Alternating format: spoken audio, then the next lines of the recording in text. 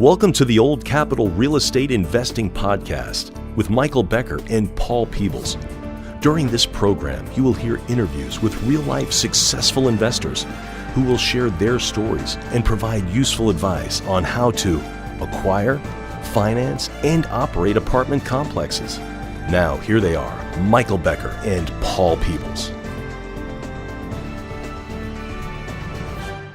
Welcome to the Old Capital Real Estate Investing Podcast. I'm your host, Paul Peebles, National Underwriter for Old Capital. And joining me today would typically be Michael Becker, but he is on a due diligence assignment today looking at another property, and we wish Michael the best. So sitting in with me today is Old Capital's own Ricardo Hinojosa. Hey, Ricardo. How's it going, Paul? It's going great. We all have to start someplace in real estate investing and in buying apartment buildings. And some people start with single family, some people start with multifamily, some people start with, all different types of things that people start with to get to where they want to go. And today we have a husband and wife couple that started with single family homes and now have kind of graduated into multifamily. And they're a little bit different because they're professional people. And they've kind of they kind of have focused on doing real estate instead of having the immediate joys in life. Immediate joys in life for millennials is incredibly tough because the millennials who are always on their cell phones want to have immediate joy with going out to the favorite bars and going out to the theater, going on vacation, all these things.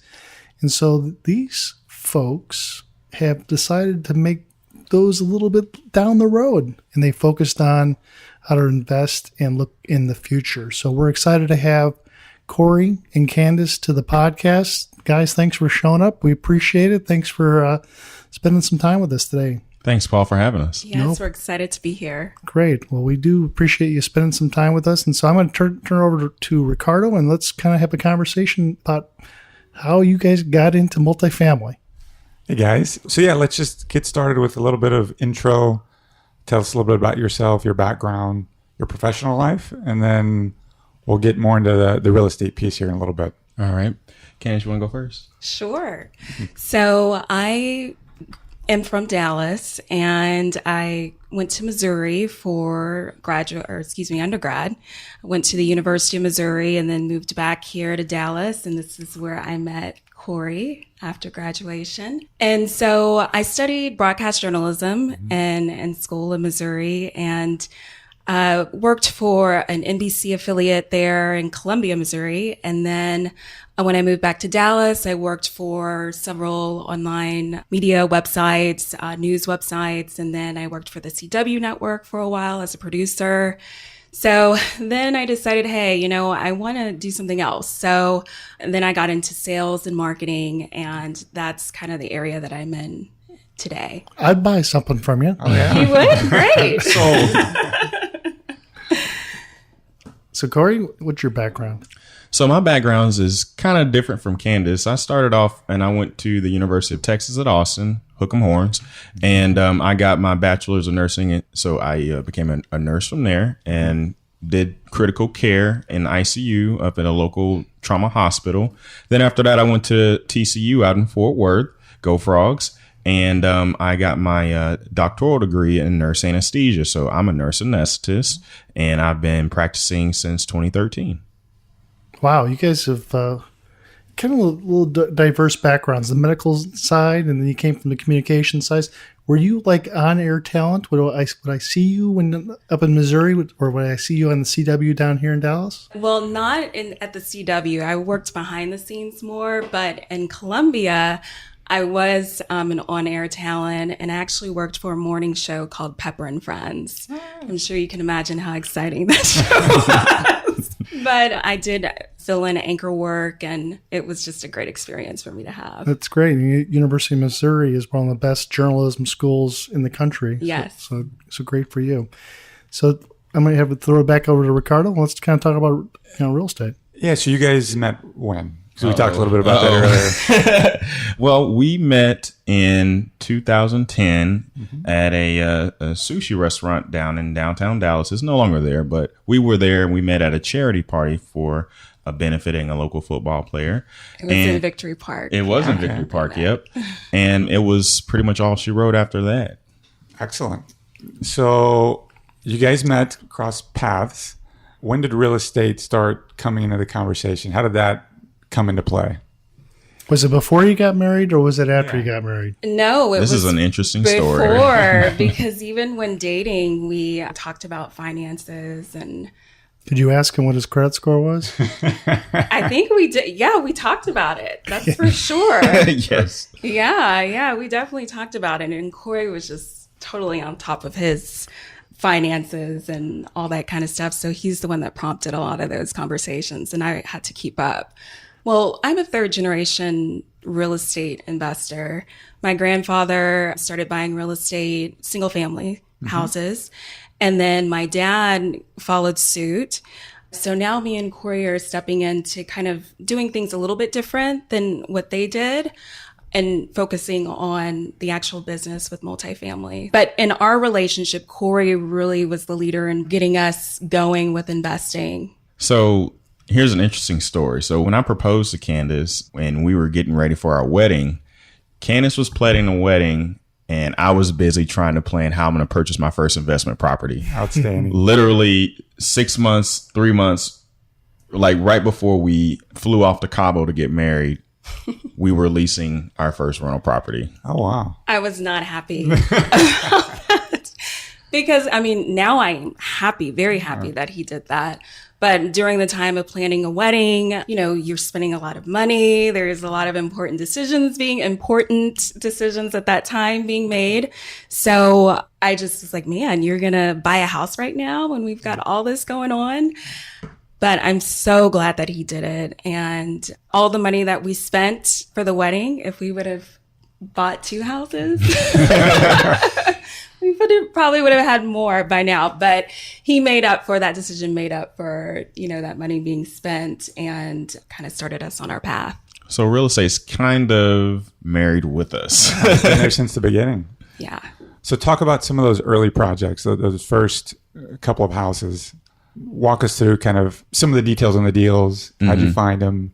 How big of a role has single family played throughout your, I guess, investing career? I would say it's played a pretty significant role. Like when we first got started, we were working with wholesalers. Like the market was still very good for single family. You know, prices were, you know, not where they are today, but we got in, we found some good prices. We found where they need to do a few little renovations to make them really nice on the inside, lease them up, rent them up, and get going. We held our first house for just about 2 years. And on that second year, we sold it and we got over 100% return, which was awesome. And we took that money and we rolled it right into multifamily.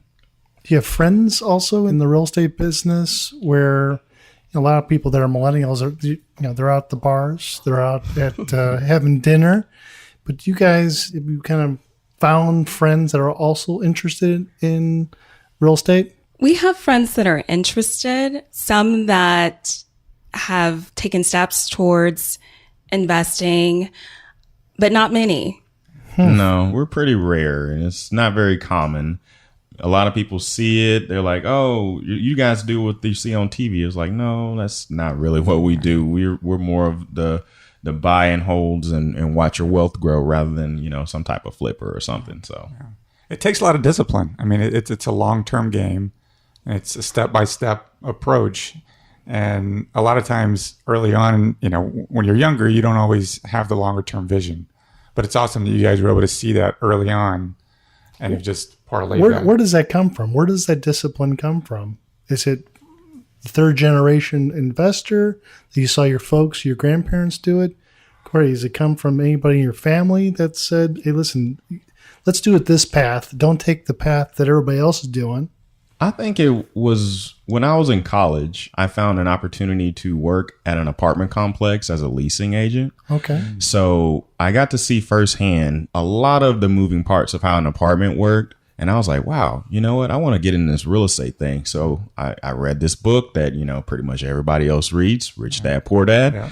And from there, I had my mind set on, you know, the whole asset versus liabilities and having your assets work for you rather than working for earned income. No kidding. So You bought your first house. What year was that? That It was in 2015. in 2015. Right before we got married. Excellent. Yeah. And you said you parlayed that into multifamily. Talk about that transition. I think you went through a little bit of an education process. Talk a little bit about how that transition happened. Okay, so we joined a local mentoring organization here in Dallas, and they've been instrumental in all of our success and growth and education because as a healthcare provider, I don't know anything about real estate. We bought our first rent house before we bought our own personal house, which is pretty crazy when you really think about it. Yeah, we did. But when you think about it, you buy a rental house, you get income off of that to then put into your own personal house. I mean, it makes a lot of sense when you look at the numbers. Mm-hmm. So you joined the mentoring group. Did they help you with your single family transaction as well? Okay. Absolutely. So talk about some of the first multifamily investments that you made, because I believe you started off as a passive investor. Yes. So talk about that a little bit and why you decided to do that first.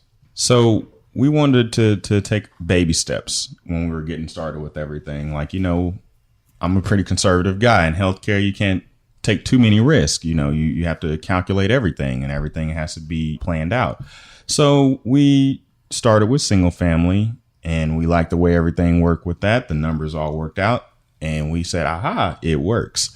So we decided to go ahead and start pursuing multifamily, and we found us some very good lead investors here in the Dallas area that we could sit down with and have conversations with, dinner with, and we built up a good trust level with them. And we decided to say, hey, we're going to give you some capital. Let's see what you can do.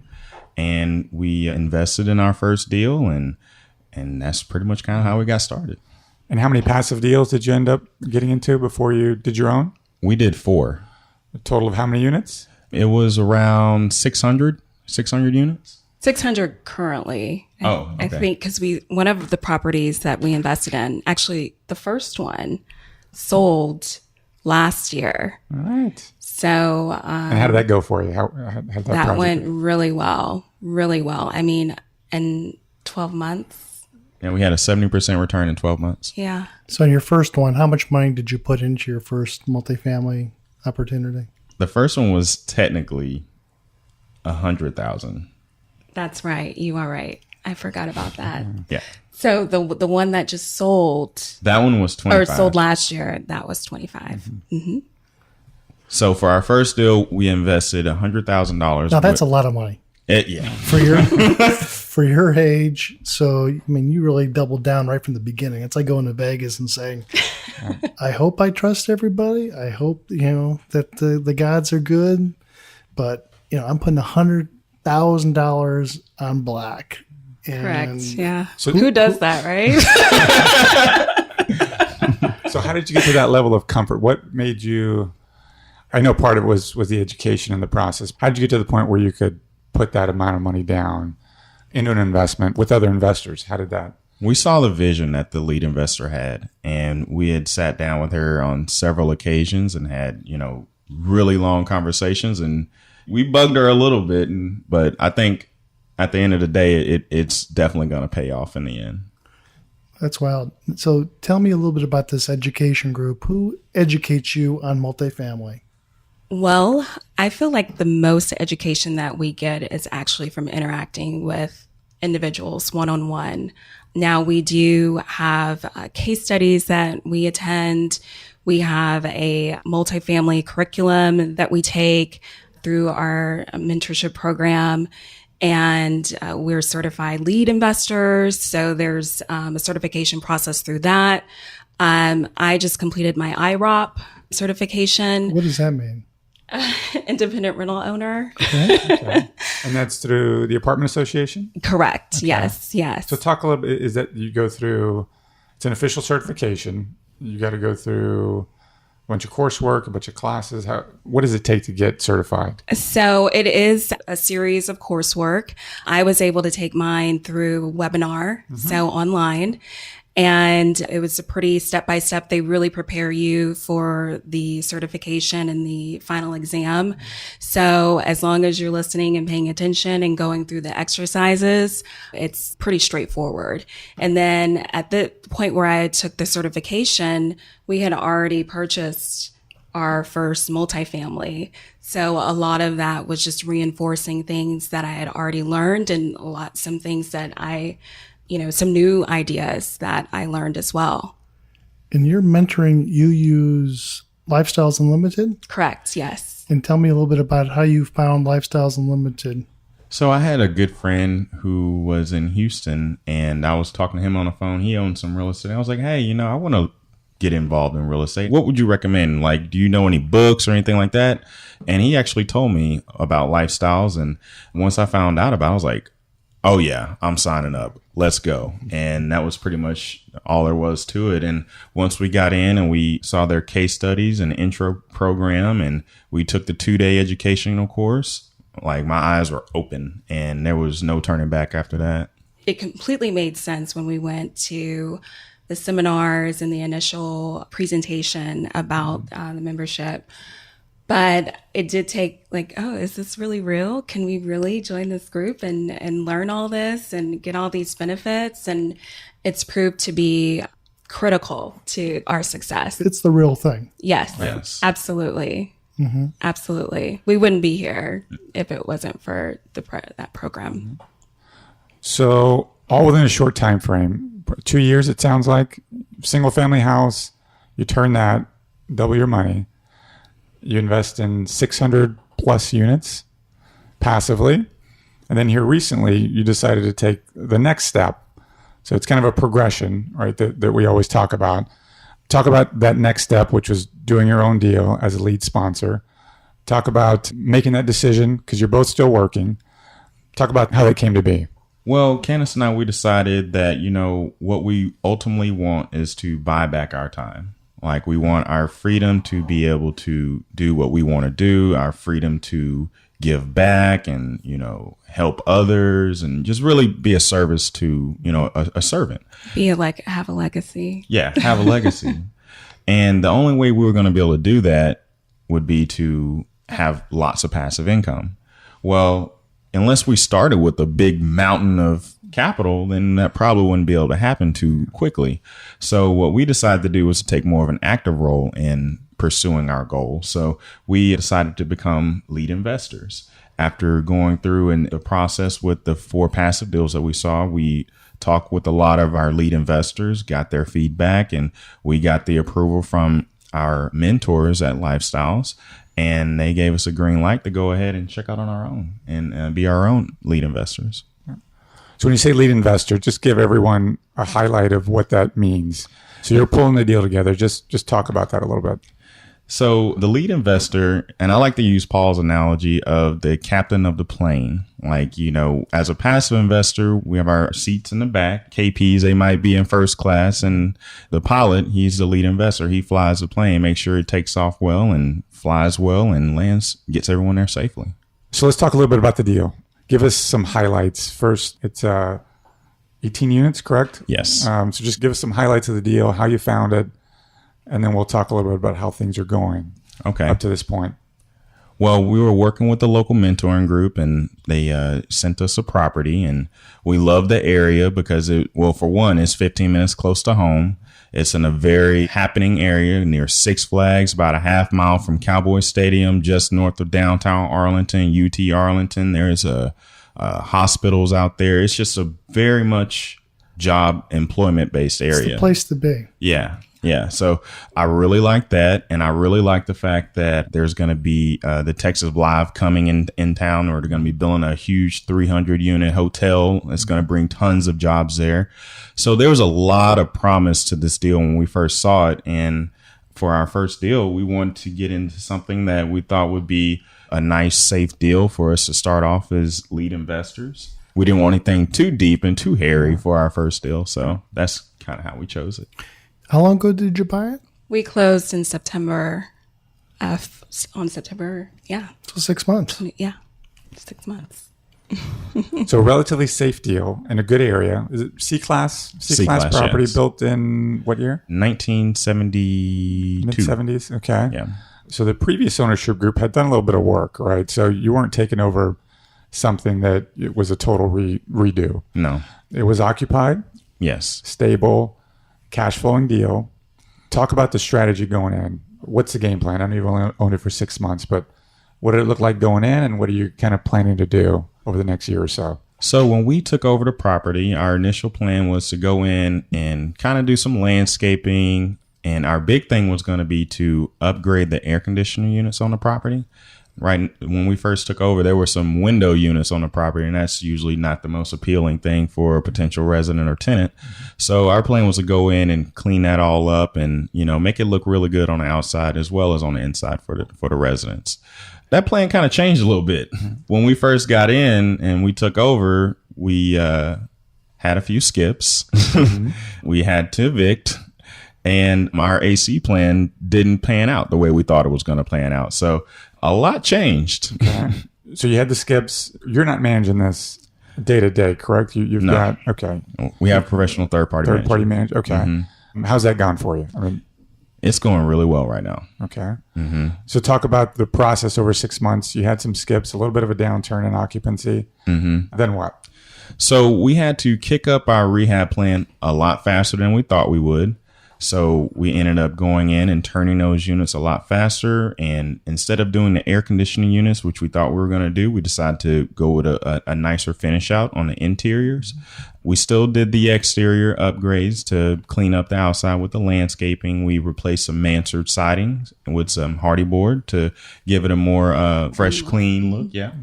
And on the interiors, we went in, on the units that needed it, we didn't do all of them, but the units that needed it, we went in with new vinyl plank flooring, new fixtures, new lighting, new appliances, pretty much a typical kind of turn that most people do. It doesn't look typical though. It doesn't look very typical. nice finish out, and we've had a lot of good interest from it. So it's going well. Give us a feel for your rehab budget on a per unit basis. What are you guys spending total? Interior, exterior?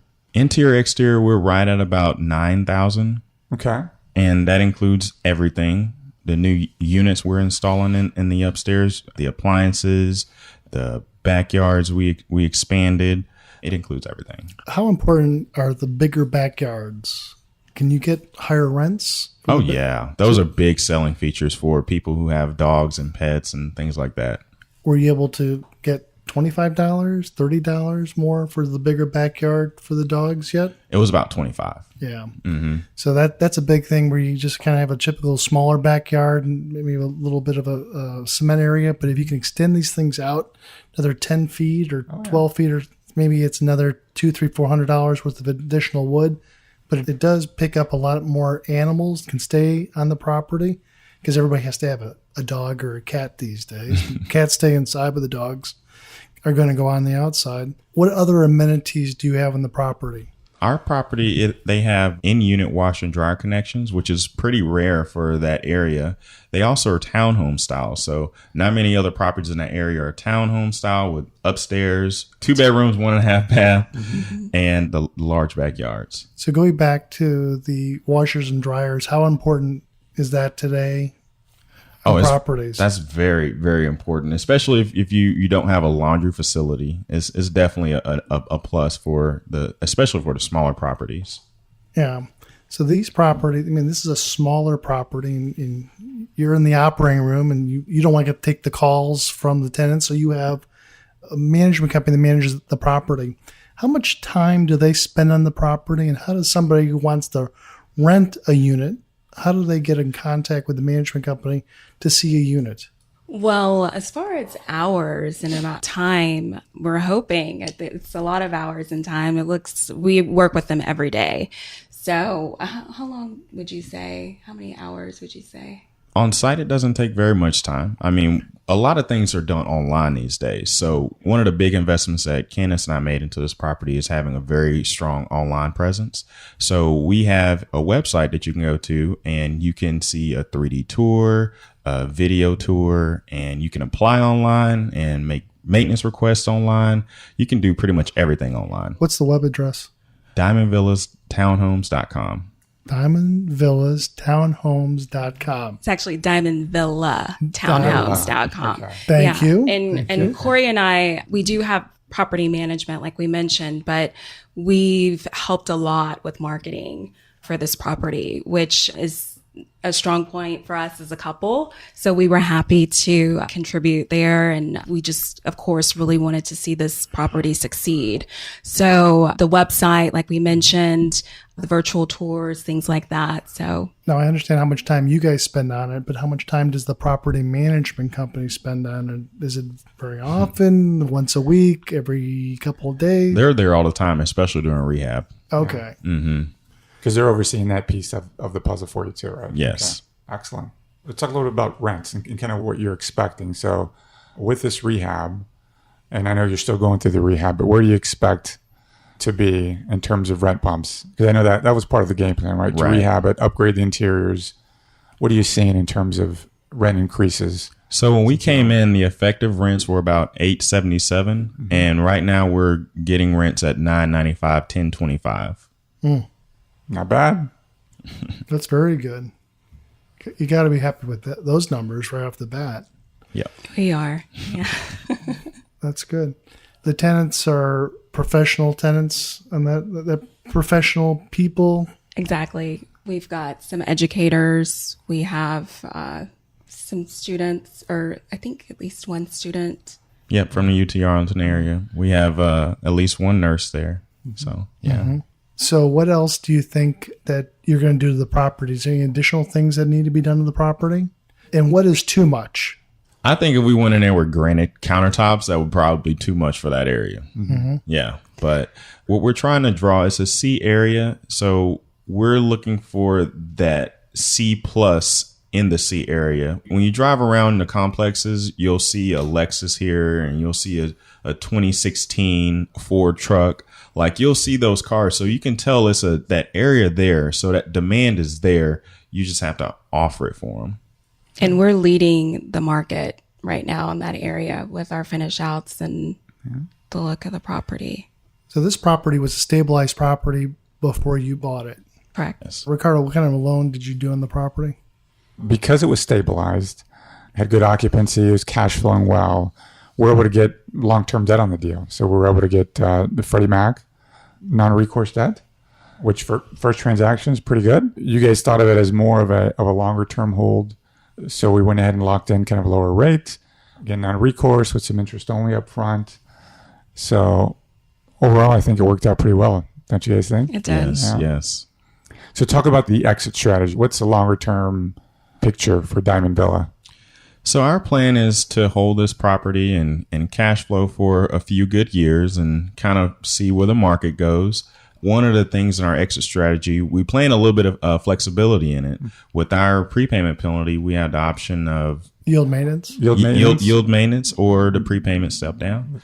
And we chose a prepayment step down, and we could have started with the higher step down, but we chose the most lenient step down. most lenient step down. So we had some options, right? So you could have had the yield maintenance option or another step down, which would have given you lower rates.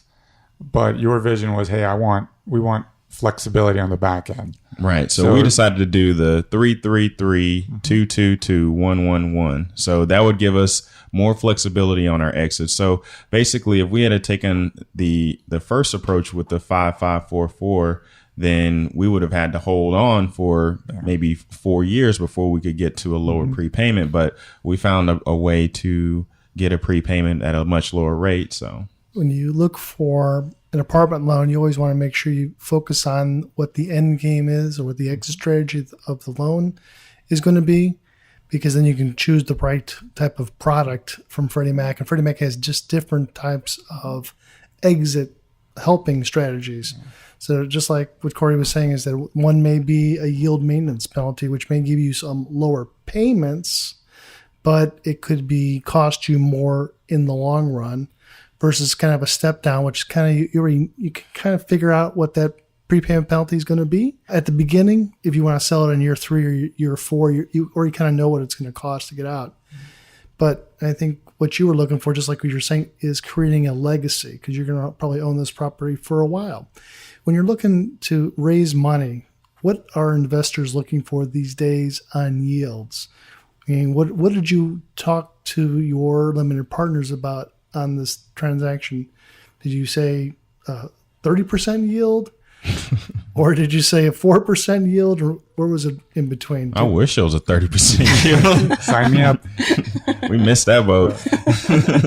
No, we were pretty conservative with our numbers, and we told our investors, hey, we're projecting about a 7% year one and an 8% year two, and then about a 9% or higher year three. Yeah, that sounds about right. Mm-hmm. That's a little bit where the market is right now. Yeah. So, and don't think about going into these apartment investing transactions that you're going to be making right out of the bat, 13, 14, 15%. That number doesn't make sense. Sellers, when they sell properties, they kind of interpolate that. So they know that investors are going to pay 6, 7, 8% on an investment. So you talked about your limited partners a little bit. It was the two of you leading the transaction. How many partners do you have in the deal? 15. 15. Okay. Mm-hmm. You mind if I ask how much money you had to raise in total? We raised $600,000. Okay. Not bad for the first deal. No. And a lot of that came from the network that you had built. Absolutely. Right? So this is through the mentoring group, like-minded individuals. That's a lot of the big benefits of those groups, is that you're able to connect with so many people. Right. And with this being a smaller deal, we were able to have phone calls with our investors and really get to know them before we ended up bringing them into the deal. So it was a great first deal for us. Did you do a webinar? No. We weren't that fancy with this one. It was more of a sit down with a lot of our investors. We had nice long conversations, especially with our key principals. We talked to all of them and we told them, hey guys, we're learning on this deal, but we're going to give it 110% effort. We might make some mistakes, but we're going to own up to them and we're going to take care of you guys. Outstanding. So you mentioned some of the challenges with the rehab on the AC units and having to change gears a little bit. Any other interesting challenges that you've had to go through that you think the listeners might be interested in? Well, I can speak to our time when we were rehabbing. So we closed in September and we had a lot of skips and evictions when we first took over. So that brings us into slower leasing season, November and December, when we're rehabbing, getting units online, and we need to fill them. So that was another challenge for us, but we really vamped up our marketing efforts. So that's what saved us through the slower leasing season. But we weren't settled with that, using that as an excuse. We needed to lease those And you units. had money set aside for operations of the property. So you weren't just starving the property and expecting, all this money to come in. You already, when you were raising money, you had enough. Absolutely. Yeah. Absolutely. I think that's a critical thing these days when we're buying apartment buildings. Do not think that you only need $10,000 to start. I mean, you may need $100,000, $200,000 to have in the bank just to keep you in case these things happen. When you buy a property, you can kind of expect maybe 10, 15% of the tenants to go away. When there's a new sheriff in town, there's new rules. All these deals that the sellers had cut before are not going to be true for the next buyers that are coming in. So you may see them automatically skip or go away. And so you have to have enough cash to pay all your vendors and pay your mortgage and pay your things during this lull. And then just like what Candice was doing, marketing hard, just being out there, having a great web presence and having a group of vendors that are putting this property back together again. So your other tenants can say, hey, listen, I want to live here because this property is going to be the best property in the neighborhood. So never think that you can just live on cash flow. Right from the beginning of these properties, make sure you always raise enough capital right at the beginning. Definitely. Absolutely. Got to be well capitalized. You bet.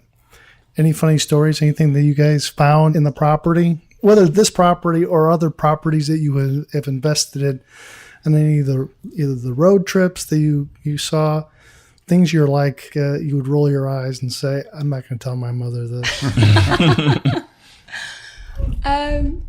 I can think of a funny story that I kind of tell to folks. It was actually during acquisition. Cory, every night, he would spend 2 to 3 hours at least on the laptop spreadsheet and looking through the analysis of the property and just changing numbers every night. I would tell him, really, you need to take a break. This is nothing that you're doing is going to change this. We're either going to go for it. Either the numbers make sense the way that they are or they don't. But it was so funny because Cory was just really, really into it and really, wanting to make sure that we were making the best decision. And, it turned out well for us. I'll take credit for that. She's right. I'm that guy that's usually really hyper analytical, and she usually kind of reels me back in a little bit. So yeah. But what's interesting that he did not have analysis paralysis. He didn't. That he actually went forward on the deal, which is great because a lot of people just always just stay on the computers and they kind of test fly the airplane on the computer, but they never get in and actually do it. But I'm glad that Cory left the ground and now is flying a beautiful 18-unit apartment building. Right. Now, these guys take action. It was a pleasure working with you guys. These guys are all about taking action, making good decisions, and pushing forward. So anything, fantastic. Yeah, if you're a newbie coming into the business, let's say like you guys were 2 years ago, and in fact, we've probably known each other for 2 years or so, 3 years. Any suggestions for new people coming into the industry? I got this one. You have to meet the Godfather here, Paul Peoples. I can tell you the story when I first met Paul. We were at one of the meetings, and I was all nervous walking up to him. I was like, "Hey, Paul, my name is Cory." We were nervous to meet everyone. Yeah. Yeah, but especially the Godfather. No.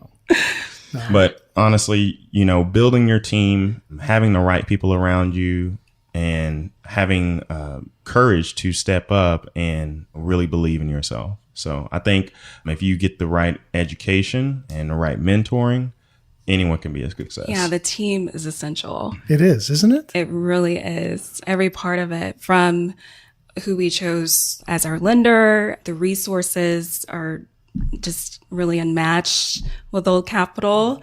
I'm just being real.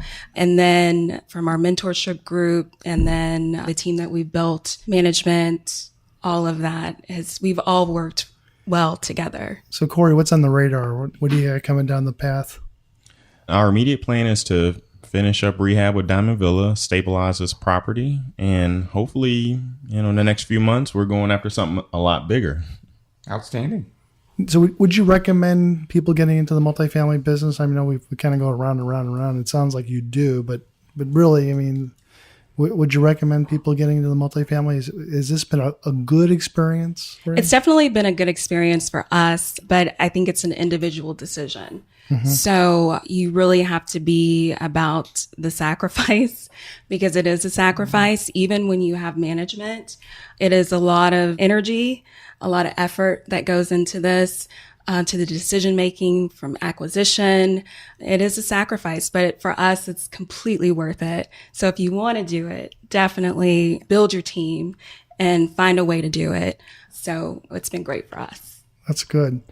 So if somebody wanted to get to know you guys a little bit better, what's the best contact information for them to have? I would say you can go to our website, www.mgroupcapital.com, or you can email Candice at mgroupcapital.com, or email me, Cory, at mgroupcapital.com. That's great. I mean, you guys have served the millennials the right way. Thank you. We appreciate you guys coming in. Thank you. And kind of telling us a little bit about your journey and your story. And we wish you nothing but the best and success on this deal and your next deal with the multifamily real estate. What else is going on, Ricardo? We're having fun. We're going to have a lot more fun on March 28th. We'll have Dr. Dotzer at the Grapevine Convention Center. Make sure that you go onto the oldcapitalpodcast.com website, oldcapitalpodcast.website, and make a reservation. We'll have 450 to 475 people there. Dr. Dotzer is probably one of the funniest economist. You'll see. Did you guys see him last year? Oh my gosh, he was so great. Yes. Is that a Yeah, he's recommendation? hilarious, very entertaining and engaging speaker. Yeah. We really enjoyed it. He breaks it down. Doesn't that- he? Yeah. It's hard for you to say that as a UT person to support a Texas A&M. So we appreciate the glowing remarks about Dr. Dotzer, but definitely come out for that if you have an opportunity to go onto the website and register for that. That's a free event. And make sure that when you go onto the website on September the 13th, save a date. Save the date, and that is going to be the Old Capitol Multifamily Conference. And this year it's going to be at the AT&T Stadium. Right down the road from you guys. Right down. Wow. Okay. So that's a Great. much bigger venue. So I think we'll have some seats available. But it's an all-day conference. That one's not free, but go onto the Old Capitol podcast and learn some additional information, register for that event. So we missed Michael Becker, but hopefully he was able to get his due diligence complete today. But we were glad that Ricardo was able to sit in the podcast and help us. Glad to be here. Okay. Cory, Candice, thanks for your time. We appreciate it. And thanks for being in the podcast. Thank you, guys. Thanks, Paul. Thanks for listening to the Old Capital Real Estate Investing Podcast. Please join us at oldcapitalpodcast.com to sign up for our weekly email updates. We'll see you next week for another great interview.